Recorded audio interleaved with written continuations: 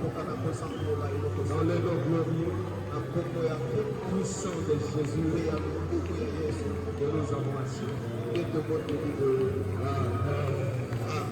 Acclame Jésus. Nous allons prendre deux textes bibliques pour qu'on soit qui va, n'est-ce pas, nous amener à comprendre ce que nous avons à parler.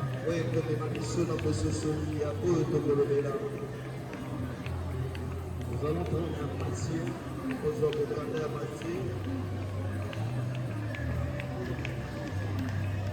chapitre 8. Chapitre 8.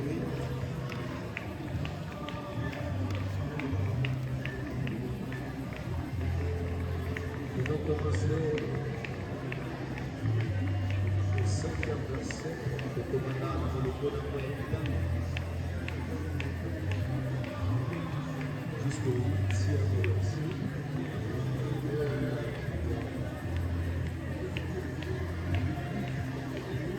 Si on peut m'aider avec la lecture, ce sera mieux. Matthieu chapitre 8, le verset 5 à 8, nous lisons au nom du Seigneur.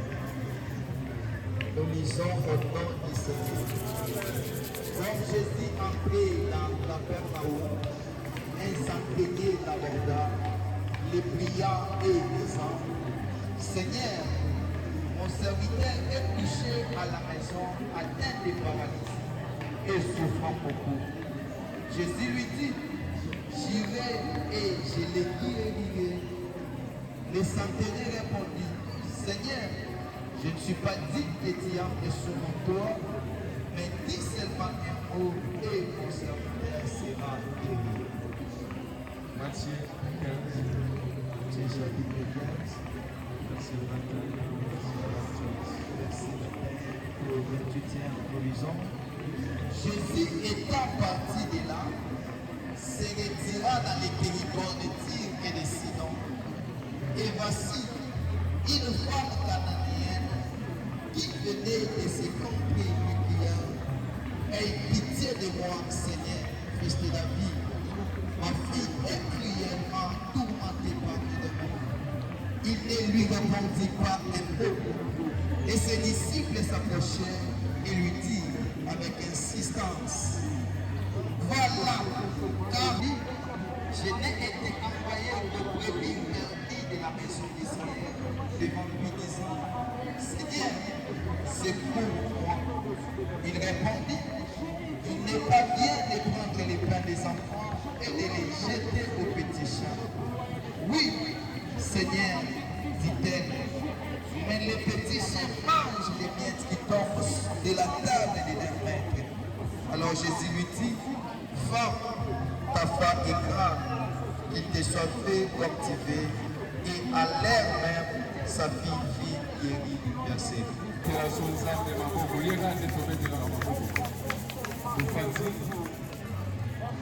C'est des textes qui vont.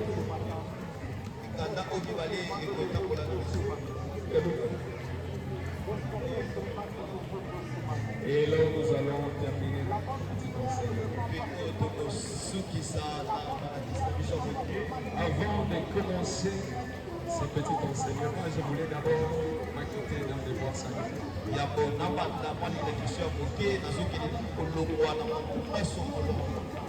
Dire merci à Jésus pour sa grâce et aussi pour cette opportunité. Dire merci à la Providence pour cette marque de confiance. Parce que c'était dans l'unanimité que j'ai été comme prédicateur principal.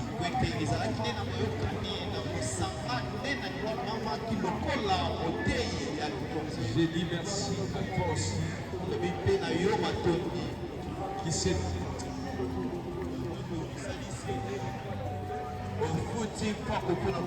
que Dieu te bénisse. Alléluia. Amen. Je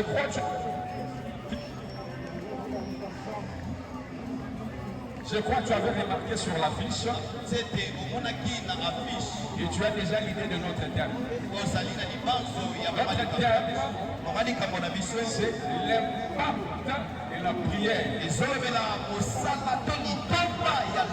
C'est après un moment que j'ai vu qu'on a ajouté de la foi. Alléluia. Amen. Et on ne peut jamais parler de la prière sans la foi. Alléluia. Amen. Parce que la prière constitue même la foi. Voilà pourquoi Jésus, au devant de toutes les demandes qui viennent devant de lui, il n'a jamais dit que ta demande t'a guéri. Pour dire que ta prière t'a guéri. Et il disait souvent, ta foi t'a sauvé. Alléluia. Amen. C'est-à-dire que tu ne peux jamais te prosterner, commencer à prier si tu n'as pas la foi. Je vais commencer au premier mot qui est l'impact. C'est quoi l'impact? L'impact, par rapport au dictionnaire, c'est le choc d'un projectile. C'est quelque chose qu'on a lancé avec violence et il va toucher un corps. Le choc qui sort de là, c'est ça l'impact. Il pas ricochet. Bref, voilà, par ricochet, bref, l'impact, c'est une conséquence. Alléluia. Amen. Mais seulement je vais essayer de toucher un peu de la connaissance qui est dans le dictionnaire. Le dictionnaire dit par rapport à une violence. Et la chose a été lancée. Et maintenant cette violence produit une conséquence. Alléluia. C'est-à-dire pour vivre l'impact, ça demande aussi de violence. Ça demande de faire quelque chose. Il faut que tu te déplaces. Comme toi tu l'as fait ce matin. Tu as fait une violence. Et par Dieu, quand il nous a créés, Dieu nous a créés pas comme des marionnettes. Pour que nous soyons guidés par lui. Pour qu'il nous amène avec lui. Le Dieu créateur de toutes choses. Il t'appelle, il m'appelle. Et il met devant de nous le choix. Il dit, je mets aujourd'hui devant de toi la vie et la mort. Mais seulement choisis. Alléluia. C'est-à-dire Dieu créateur te donne toi et moi le libre arbitre.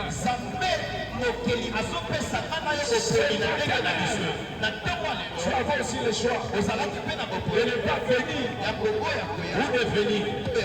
Alléluia. Amen. C'est-à-dire que ce n'est pas un fil de l'éternel à lier sur ton pied pour t'amener jusqu'ici. C'est ta décision. Alléluia. C'est un privilège que l'éternel a donné aux humains.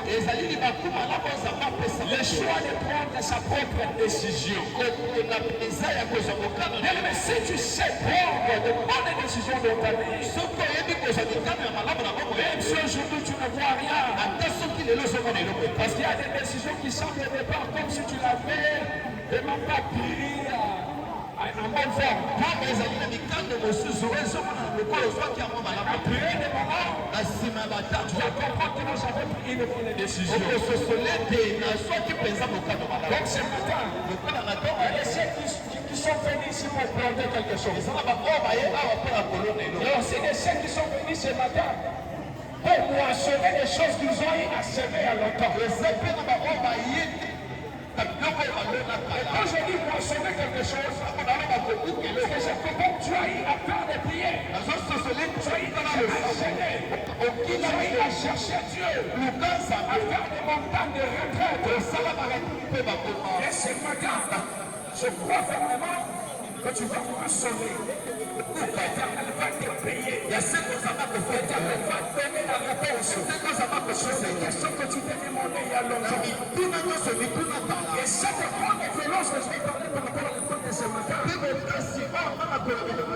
c'est l'expression de la foi. Alléluia. Amen. L'expression de la foi. Le deuxième mot qui vient, c'est le sang. Je le disais déjà, la prière est le sang. C'est un dialogue. Un humain comme toi, il y a au devant d'une divinité. Alléluia. Et nous, notre divinité auquel nous verrons souvent parler, c'est Dieu. Vous savez, j'aime cette définition. La Bible ne dit pas que lorsque tu viens chercher Dieu, c'est pas toi qui fais le mouvement ou la violence. Mais la Bible nous dit si tu te rapproches, Dieu aussi se rapproche. Alléluia. Amen. Voilà pourquoi j'ai dit la prière, c'est un dialogue. Nous avons ça qu'on appelle les dialogues et la monologie. Celui qui fait les dialogues, il parle à un homme, il parle à quelqu'un, et il attend une réponse venue de la personne auquel il est en train de parler. Et celui qui fait le monologue, il est contraire au dialogue.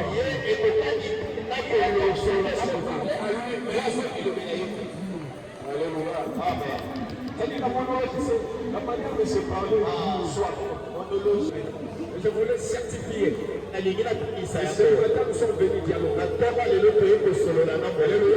Amen. Tu n'es pas venu pour parler à toi-même. Tu es venu pour parler à Dieu. Quand on parle à Dieu, on a toujours bien des causes. Je me souviens d'un homme. Et cette personne, son nom c'est Jacob. Il était habitué de marcher avec ses serviteurs, de marcher avec ses deux femmes, de marcher avec ses servantes, et aussi ses enfants. Mais un jour, cette personne s'est dit, j'ai fait que parler à mes femmes, à mes serviteurs et tout. Aujourd'hui, c'est en fait de me retirer. Maintenant pour me parler moi-même, je vais parler à celui qui vient. Isaac. Alléluia. Ça dit, c'est pour te dire que quand tu vas entrer en prière, ça peut sembler comme si tu es seul. C'est aussi la chose que je te demande ce matin. Quand tu seras en prière, ça peut comme si tu es seul. Alléluia. Parce que Dieu n'a jamais été celui qui aime la solitude. Alléluia. Amen. C'est-à-dire Dieu déteste la solitude. Quand tu fais comme si tu es seul, il intervient rapidement. Quand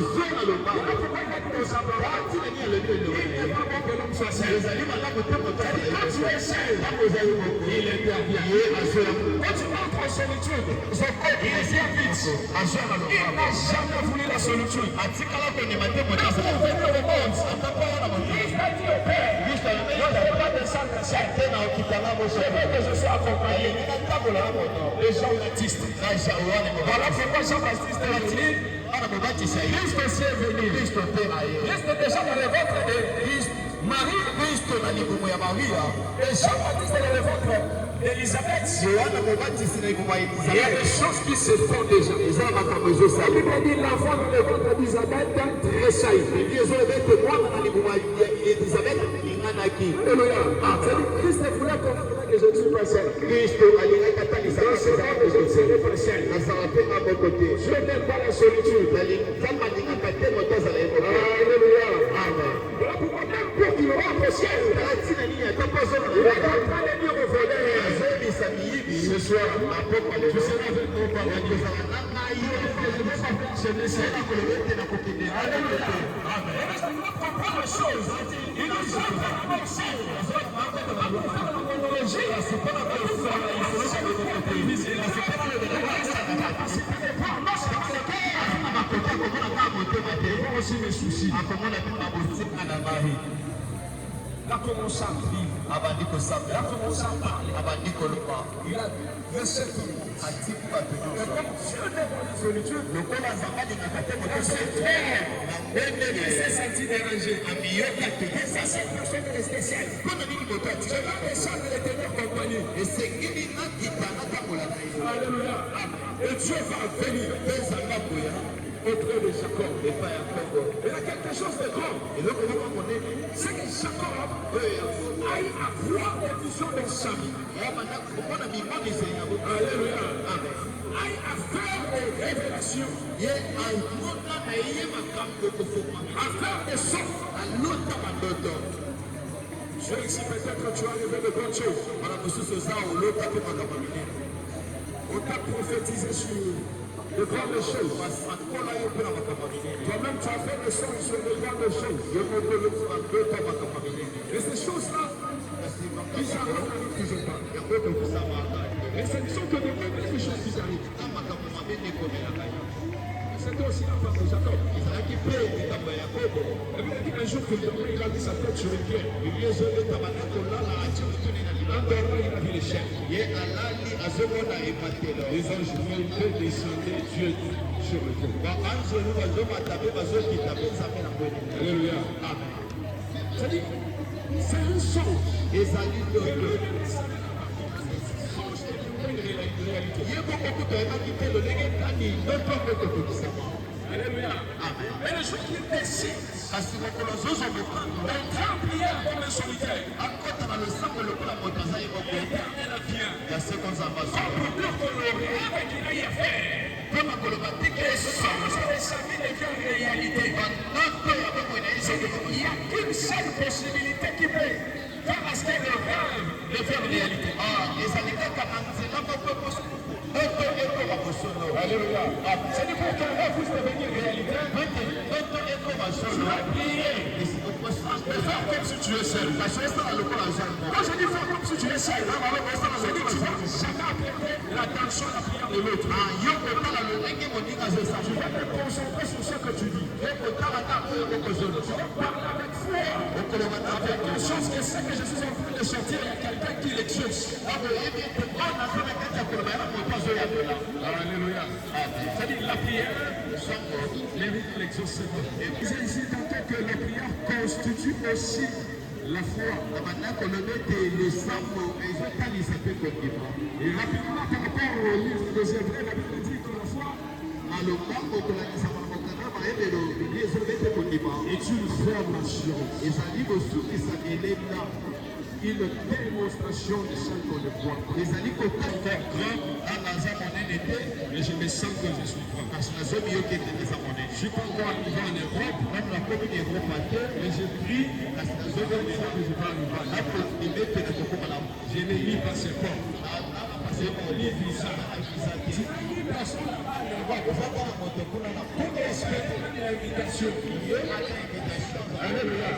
Mais tu pries avec la foi. Que Dieu active les capacités de prendre de l'Afrique en Europe. ete nzambe aza na makoki kolongola nga na Parce qu'avec c'est Jésus que je te prêche. ete na yesu C'est possible. ezali pete Il est le Dieu qui fait des choses sans ressources. azali nzambe asalaka makambo kasi lisima na Un jour, mokolo moko la Bible dit dans les noces de Cana. bibi ezoloba ete na lipesto ya kana Alléluia. amen C'est Jésus a fait des choses sans ressources. yesu asali makambo etikala kozala Marie va dire à Jésus, ayebisi yesu dans cette fête, tu as pris le verre. na lipesto oyo vinyo eza lisusu te Moi, j'ai m'attendais à ce que Jésus awa banda kozala yesu aille plus loin. akende mosika Envoie les disciples lui chercher des raisins et tout. atinda bayekoli balukeye Et barese Jésus va prendre de l'eau kasi yesu azwaka mai pour en faire le vin. mpe na kokomisa movinyo zoka nde Le ressource pour avoir le vin, c'est le raisin. mosisa mpe motoko mpona kozwa vinyo esekekoma ya raisin C'est ici le raisin. soki ngoma ya raisin ezali On va croyer cela. bakosvino Ils auront le vin. mpe mpe kozala na vinyo Maintenant, il y avait de l'eau. kasi mai ezali Raisin. ezalaki Mais il y a eu le vin. te kasi C'est dit, même si tu n'as pas les ressources, que Dieu ne peut te donner. Même si tu n'as rien, que ton États-Unis, tu as toutes les capacités de se prendre. Tu as dit, je n'ai pas de ressources. Les États-Unis, mais comment est-ce que c'est arrivé? Dieu est capable sans ressources, les aliments travaillent à sa façon. Tu n'as pas de parapluie, les aliments, tu as compris que les autres. Et voilà, tu te retrouves directeur. Alléluia. J'ai vu Dieu faire cela. Tu vois que nous étonné. Ah, c'est Jésus. Jésus. Je prends le pot. Qui a donné au point. Zambe azosa penza bameki ezalaki liboso De me pousser la vie les pieds de main. babanda kotia mai mpo basokola biso Il utilise ça azosalela yango pour que les gens la boivent du vin. mpo bato bamela vigno nango Le peu qui était au dehors, wana bameki ezalaki libanda ya ndako entre dans la maison. ezokota na kati ya ndako. Alléluia. Amen. Je peux te prendre dans le zéro. Nzambe akoki ozwa yo na libungu Dans oyo une famille, il y a personne. na libota oyo moto aza te Dans une famille, il y a que cotisation quand il y a des problèmes. na libota oyo basangisa moke moke Il ntango te prend, azwi yo il te fait la tête de cette famille. akwemisi yo motu na kati ya libota Vous savez, si Dieu ne faisait pas de miracles, moi surtout, vous n'allez pas les chercher. soki nzambe bandaki kosala bikamwa te nga na nga Parce que moi, là, je n'ai personne. mpo nga na ala moto te Je n'ai que Jésus. naza kaka na yesu Alléluia. amen Les autres ont des clairs, bamisu bana banoko ont des tantines. Moi, je suis Jésus. ka na yesu Et c'est Jésus. mpe yesu wana Et c'est ce qui m'étonnait. atikaka te kokabisa Pourquoi Jean tala ntina ye a nalingaka manqué ma foi namatisa kondima na au ngai point de faire étonnant aussi Jésus. okokamwisa mpe yesu Parce que dans le récit que je viens de faire lire, pete na mokanda touti kotanga je vois un homme faire étonner Jésus. azomona moto moko azokamwisa yesu La Bible dit, ezoloba cet homme était un centenier. moto oyo azalaki mokonzi ya Et puis, un centenier romain. mokonzi ya mapinga nkama ya Un babeza centenier juif. aza ta mokonzi ya mapinga ya bayuda te akokolusa ekolisa bato N'avait pas encore accepté la foi. mwana na pate na nzambe na La bandimisi crucifixion n'avait pas encore immigré. kobakama nano esalamaki Avant la crucifixion, zoka te ya qu'est-ce que Jésus est en train de dire? yesu Voilà, dans la, je suis envoyé seulement pour les brebis perdus d'Israël. wana tindami kaka mpo na bana pate ya israele oyo babunga Autrement pour dire, je suis venu pour les Juifs. mpo na elobeli mosusu nayeka mpo na bayuda Mais c'est centenier. kasi Il mokonzi ya n'était pas bapinga romain. azalaki roma Il n'était pas juif, il était romain. azalaki moyuda te azalaki Il se roma présente au devant de Jésus. azomonisa liboso na Il yesu dit ceci. azoloba boye Il dit, azoloba Seigneur, kolo mon serviteur est malade. mwana mosala nanga azomela Peux-tu faire quelque chose? okosala likambo Peux-tu le guérir? okomikisa ye Bien-aimé, Jésus le regarde. lingami yesu azotala ye Donc c'était dans la foule. lokola ezalaki na kati ya etulu kwa bato Jésus a dit, c'est bon, nous allons partir chez toi dans ta maison. yesu alobi eza malamu tokende na yo na ndako na Bien yo aimé, comprends-moi ici très bien parce que je touche déjà mes textes et ça veut dire bientôt je vais laisser le micro. molingami yokanga malamu mpo ete naosimba mikanda na nga kala mingi te naotinga miko La volonté de Jésus, posa ya yesu c'était d'aller dans la maison des centeniers. ezalaki na kokende na ndako ya Il faut arriver dans la maison du centenier. azokóma na ndako na ye Il va guérir son serviteur. akobikisa mwana mosala na ye Une volonté exprimée même.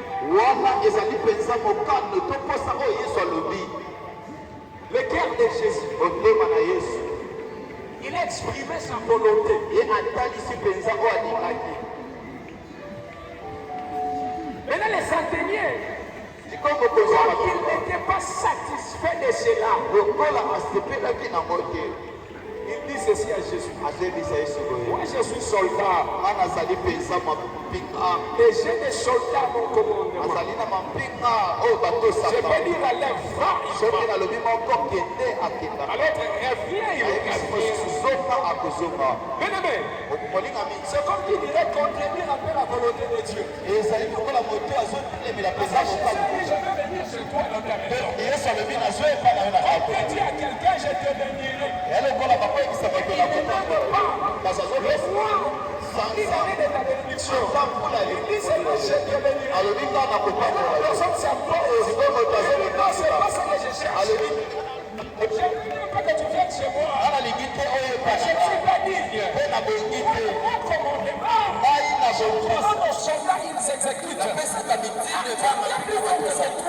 Jésus. Tu as tous les esprits à ta disposition. Tu peux commander prendre la célèbre.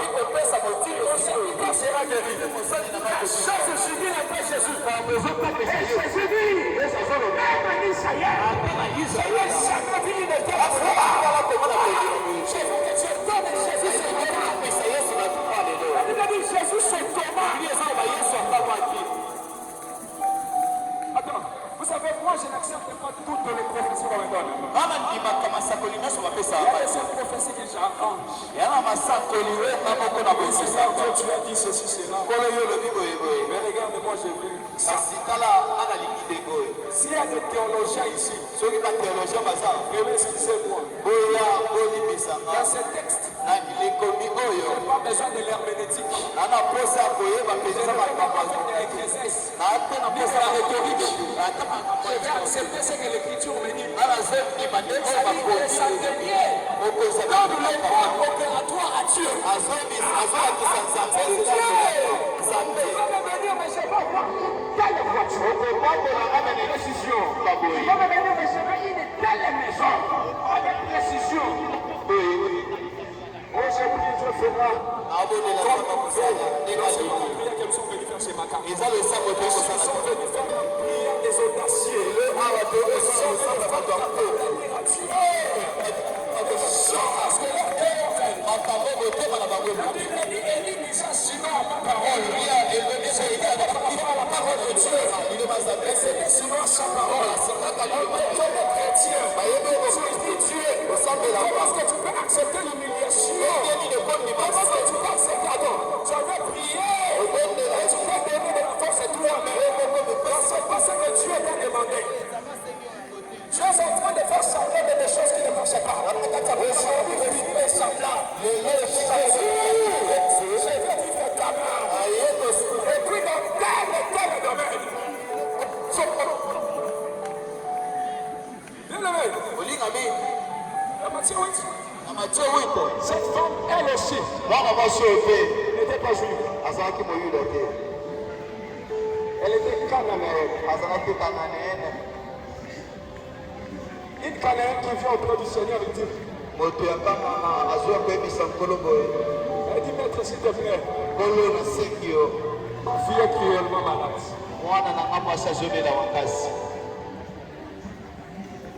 Elle reçoit la plus mauvaise réponse de la Bible. Jésus lui dit, on ne peut jamais donner à manger des enfants aux chiens.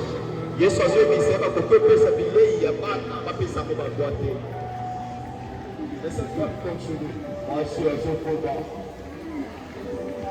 Peut-être tu as dit à prier.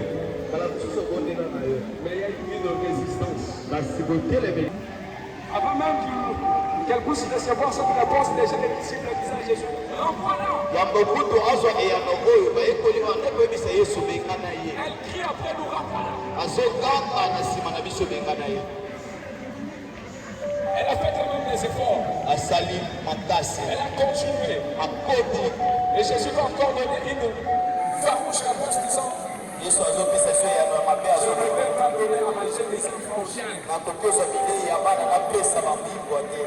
Mais j'aime la foi de cette femme. Elle tombe sur la table. Ça peut profiter au chinois. Et Jésus dit, j'ai jamais vu une si grande foi. Bien-aimé, la foi des profondeurs, la foi de la hauteur, la foi a de la grandeur aussi. Si Jésus dit, je n'ai jamais vu une si grande foi, c'est qu'il y a aussi des petites foi. Je ne sais pas quelle foi que toi tu as. Non, la grande foi ou la petite foi. Mais cela sera manifesté bientôt. Alléluia. Amen. Dans ta façon de prier, cela va se manifester. Vraiment, je te demande de la grande foi. Comme les disciples l'ont fait. Ils ont dit à Jésus, augmente-nous la foi. Bien-aimé, si tu as la petite foi, mais je te prie que ta foi la soit forte. Parce que tu peux avoir une petite foi, mais si elle est forte, tu peux déplacer des montagnes. Si ta petite foi est faible, dommage. Course du temps. Je vais exploiter la grande foi. La grande foi, c'est quand tu crois fermement que quand tout le monde ne me regarde plus, ne fais plus attention à moi. Même quand tout le monde me rejette, le mouvement angélique peut s'opérer. Bien-aimé, là je préfère le mouvement angélique. Le mouvement des hommes. Parce que dans la Bible, j'ai vu les hommes faire un mouvement parce que Dieu les avait demandé. Jésus demande aux hommes d'enlever la pierre qui est tombée du tombeau de Lazare. Là, c'était les hommes qui ont fait le mouvement. Ils ont enlevé la pierre et ils ont relié Lazare. Après le temps, et il faut qu'on se réveille. Mais Jésus, il y a eu un mouvement, pas des hommes, mais un mouvement angélique. Et les anges sont descendus. Et les anges ont roulé la pierre. C'est des choses différentes. C'est que quand les anges ont roulé la pierre,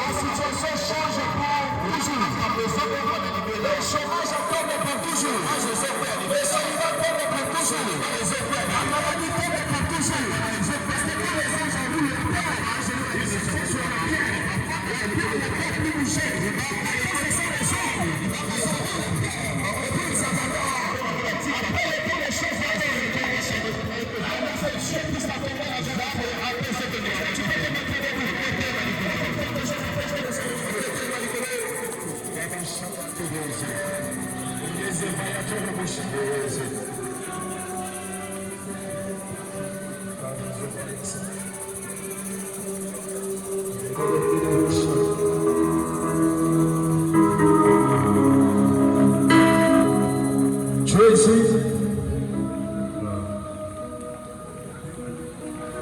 Tu es venu à prier, mais pas spécialement pour toi. Tu es venu prier, mais tu peux. Je voulais mettre ces dieux de défi à l'action. Je te prie Dieu. Avec la main droite élevée comme ça. Tu dis Dieu permet de battre. Traverse les océans. Traverse les fleuves.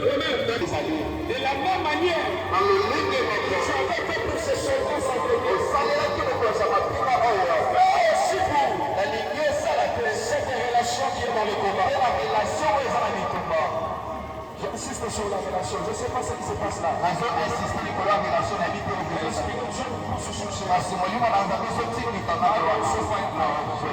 Tu pries, tu dis, la main n'est pas contre. Dans ma relation où il y a le combat, et accorde-moi la victoire. Prions comme ça, nom de Jésus-Christ. Petit.